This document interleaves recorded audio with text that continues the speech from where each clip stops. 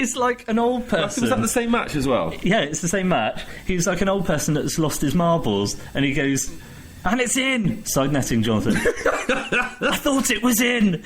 And then, like, he's obviously said he thought it was in, and he's gone, no, it's just the angle, and then he just goes again, I thought it was in! As he rocks himself to sleep. He was probably wearing a dressing gown. He didn't know where he was. He's got like his slippers maybe on. he's just got a person that turns up on like day release. They just sort of escort him into a box and they just sit him a microphone down, and because he can talk for sort of only a certain amount of period. But when he gets too hot, he kind of loses his will to live. Maybe he was just too warm. You know, at the end of the day, it all happens. In that heat, I would be absolutely destroyed. I know. So you'd probably lose half your body weight, wouldn't you? Really? I would love that. If people aren't aware, Steve can get quite warm. Would that be a fair assumption? Get very warm. Yeah. Now, I don't tan. I just go pink. Right. So you know when you cook a sausage. Yeah. And do you like Wayne Rooney after he's run like sort of 40 minutes when he walks 5? Is that what he looks like? I do, yeah. But I literally just can't handle the heat. As soon as it gets to 20 degrees, I'm like, not having this. So are you the Glenn Hoddle of Bristol? A little bit. Okay, a little bit. Just to put that mental image in people's mind of what you can be like. But do you remember when, obviously, we went to Greece that time? Yeah. And you were like, we need to walk down to this beach. Yeah. And it was about 40 degrees. Yeah, 40 degrees. It's sort of 70%, 80% minimum humidity. 40 degrees. Yeah, really hot. And we're walking across all this rocky stuff. I was a classic Briton with a hat on, like a floppy hat on, and just really grumpy. And Dave was like walking ahead of me, and I got really angry at him for walking so far ahead.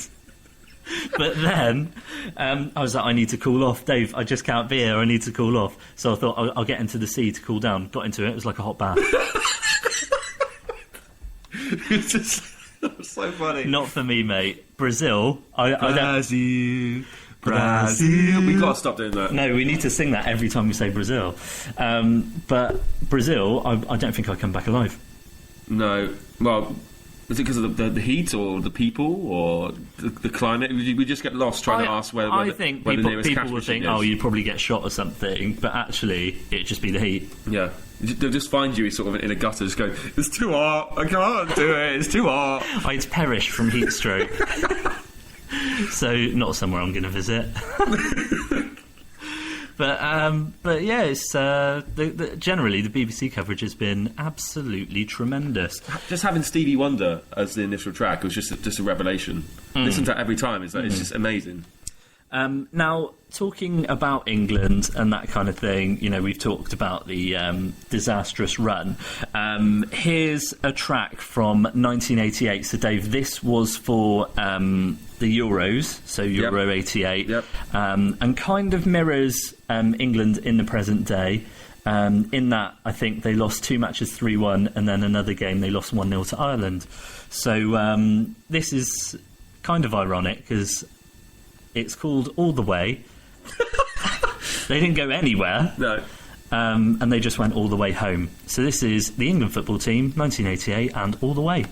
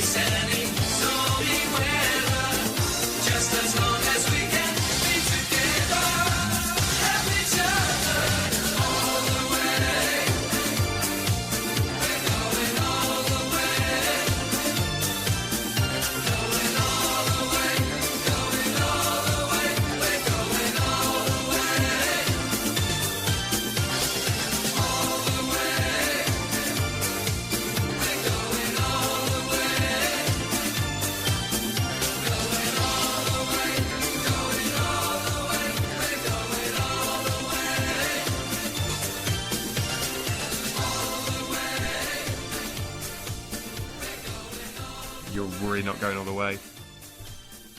We've never gone anywhere, I don't think. So that was the England football team in 1988 with All the Way. So, Dave, I've just posted the YouTube link to that music video. And I remember that video being absolutely crazy. This video? Yes.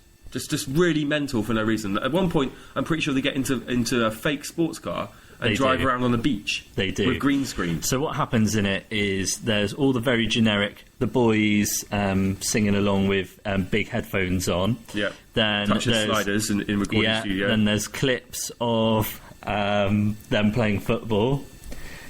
Then Tony Adams gets into a fake Formula 1 car. Green screen comes on, and then he pretends to drive around a Formula 1 track, followed by across some water. Tony Cotty's also featured in there, and Steve McMahon. Absolutely nothing to do with football, just having an absolute laugh. I just didn't. It didn't make any sense whatsoever. Why they got into a car? There was no scene going into it. They just suddenly they're next to a sports car, and then they get into it and then start pretending to drive. It just made no sense whatsoever. They're just having good times and a laugh. What's the big deal? I don't know. I'm sorry. Should I apologise? No, right. No apology necessary. So, Dave, there's been some humorous moments in this World Cup. Yep. So, I class Suarez biting as humorous. Some would say controversial. Some would say horrifying. Some would say morally wrong. Some would say just get on with it. Yeah. If you're Uruguayan, yeah. Who believe in racism as well? We want to clarify that. Exactly. Exactly. I class it as kind of humorous, really. It was a bit of a laugh. What's most funny about it is how he said, "Oh, my face just fell into his shoulder, and my teeth just hit his shoulder." As I gnawed down on it. Yeah, as he gnawed into it like a rat. And then afterwards he's like, "Yeah, I did do it." And the only reason he's actually faced up to it is because he wants to move to Barcelona. It's just utterly ridiculous. It's and I love the fact that when the president of Uruguay gets involved and says it's just unjust, he's been bad for 4 months. He's bitten people 3 times. You wouldn't have a job if you bit people 3 times. You'd be in prison. If I just bit someone in work, I'm pretty sure I'd be in trouble. Yeah, you'd be in prison. Yeah. I'll try it tomorrow. Aggravated assault, I think they call it, Mr. Suarez. Dickhead. Dave, please. What? We always stay away from language like that. No, I think we should bring it back. I apologise for any... I think in this scenario it's absolutely fine because everyone would probably agree with me. I'll turn a blind eye to the Suarez comment there. But, Dickhead. Okay, that's enough. So that's Suarez covered off there. Yeah. I think it's the one negative thing that's happened in Brazil. It's been a great World Cup. There's been quite a bit of diving. I said Brazil. Brazil.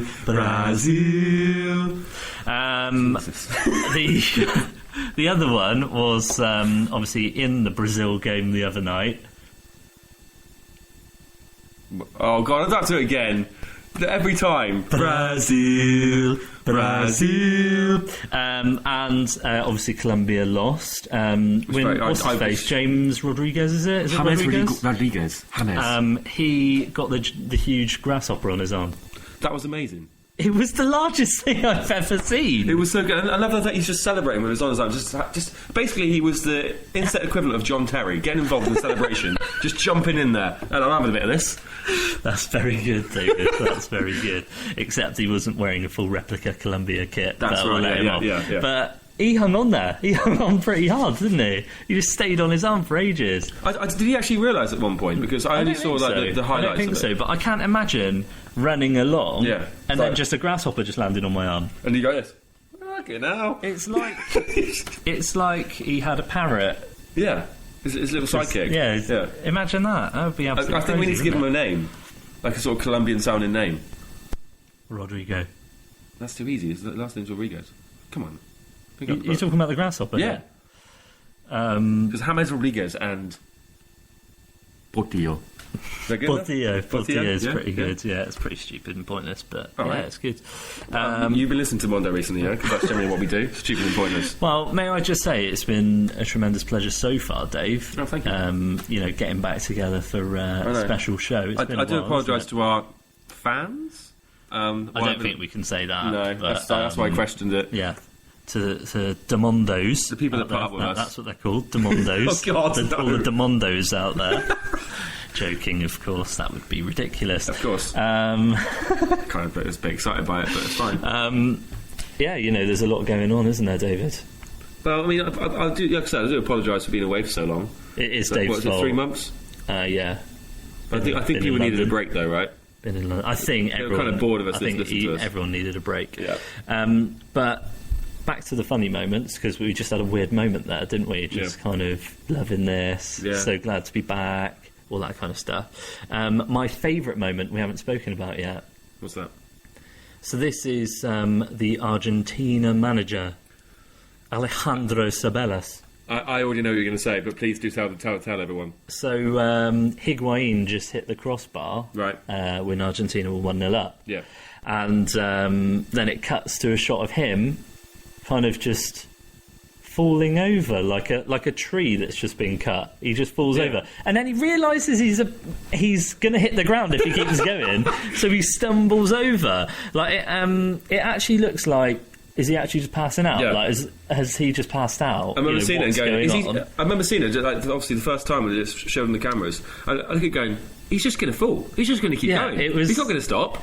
I'm actually quite impressed that he stood on his feet for the angle that he got to as well. It's kind of like Smooth Criminal Michael Jackson. Well, Dave, I'm just going... oh, my God! I'm just going to go on to a few bits here. Now, please post this on Facebook so everyone can see what I'm seeing. Everyone absolutely goes mad for this stuff, don't they, when these things happen and they can do a little fake photo and that kind of thing on Twitter.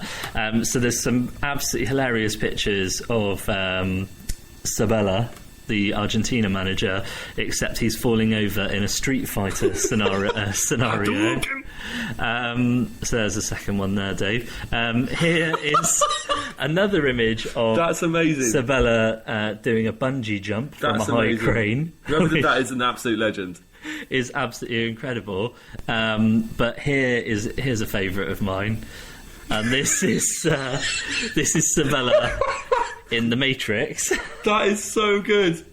And each time you look at it, it just gets better and better. It really does. I could actually watch that clip for hours. Yeah. Like he just goes, oh no, and then he just falls back, and then he just realises. I'm pretty sure if the person in the end didn't catch him, he'd just fall into the seats and bang his head on the glass.